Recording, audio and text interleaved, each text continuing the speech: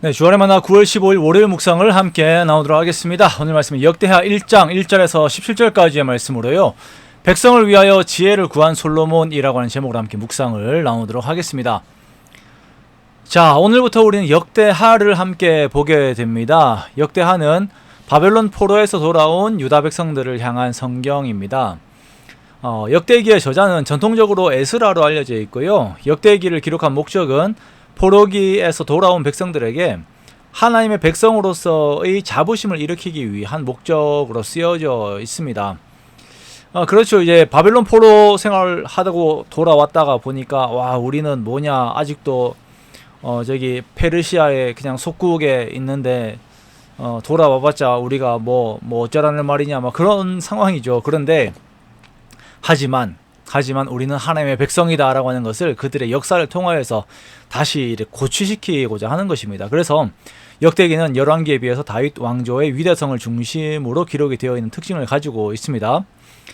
이 역대기에서는 다윗 언약에 대한 부분들이 강조가 됩니다. 다윗 언약이라고 하면 하나님께서 다윗의 왕조가 영원할 것에 대한 약속을 하신 것이죠. 그리고 이 다윗 언약과 함께 하나님의 신실하심에 대한 내용들이 같이 강조가 됩니다.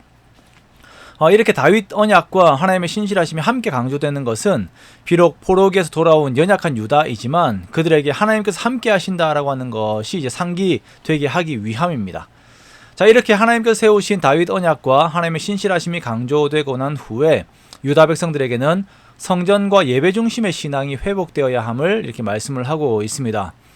하나님께서는 신실하시고 변하지 않으시지만 유다 백성들은 하나님을 향한 신실함이 없음으로 인하여서 이들이 약해진 것이죠.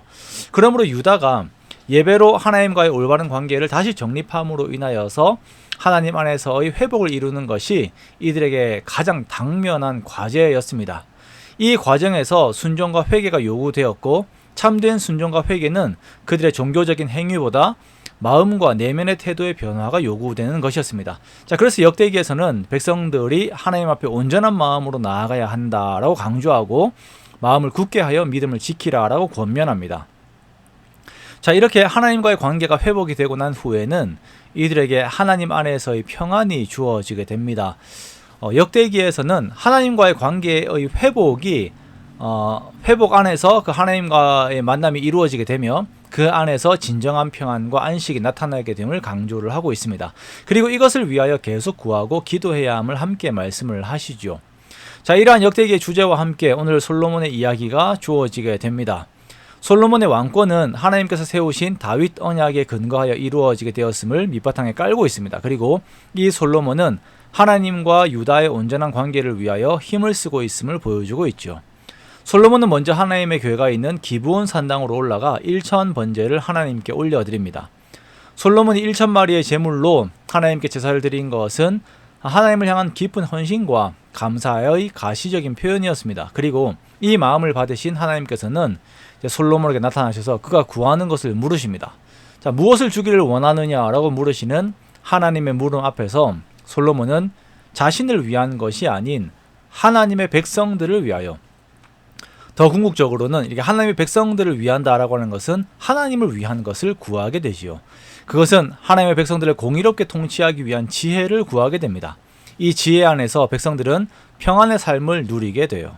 자, 그리고 이러한 답을 들으신 하나님께서는 매우 기뻐하시면서 솔로몬에게 지혜뿐 아니라 부와 권세를 함께 주시겠다라고 말씀을 하십니다.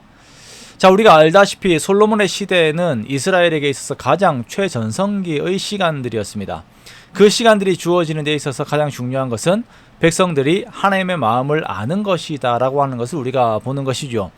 자, 먼저는 왕이 하나님의 마음을 헤아리고 백성들도 그 방향으로 나아갈 때에 그들에게 가장 필요한 하나님 나라의 모든 복들이 임하게 되는 것입니다. 자, 그러므로 이 솔로몬의 구함 안에서 우리는 하나님의 마음을 헤아리는 것이 얼마나 중요한 가치인가 라고 하는 것을 깨닫게 됩니다. 하나님의 백성들을 위한 지혜를 구하자 하나님께서 나머지 모든 것들을 다 주시겠다라고 하시는 것입니다. 자, 우리가 이렇게 하나님께 하나님을 위한 우리의 마음들을 드릴 때에 하나님께서는 우리가 생각한 것들 이상의 복을 주십니다. 그러므로 우리의 마음의 중심에 항상 하나님을 위하는 마음이 항상 머물러 있기를 원합니다. 어떻게 하는 것이 정말 하나님을 기쁘시게 하는 것인가 라고 하는 그 마음의 질문들이 우리들에게 항상 있어서 그것이 우리들의 기도 제목이 되고 그것을 구하는 삶이 되기를 원합니다. 그래서 예수님께서도 먼저 그의 나라와 그의 의를 구하라라고 말씀을 하셨습니다. 자, 우리가 이렇게 하나님을 위하는 마음을 드리고 우리는 또한 하나님의 사랑을 받는 그 아름다운 관계가 하나님과 우리와의 관계들이 되기를 원합니다. 그리하여서 하나님께서 주시는 삶의 평안과 복을 한없이 누리는 저와 여러분의 복된 삶들이 되시기를 주님의 이름으로 축원합니다.